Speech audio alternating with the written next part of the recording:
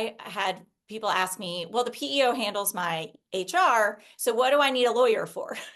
Aren't they doing all of the things we've been talking about making sure my contractors and employees are properly classified and that I have the right agreements in place, that I have a handbook.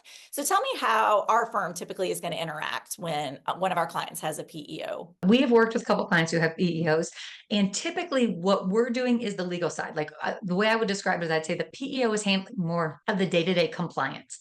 So day to day, making sure that you're doing employee reviews, like the annual reviews and the salary reviews, and they're managing the nuts and bolts of leave time off and stuff like that.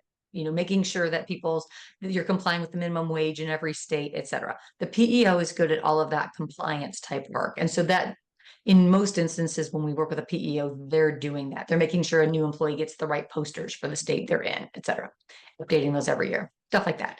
We typically then work more when there's a legal question.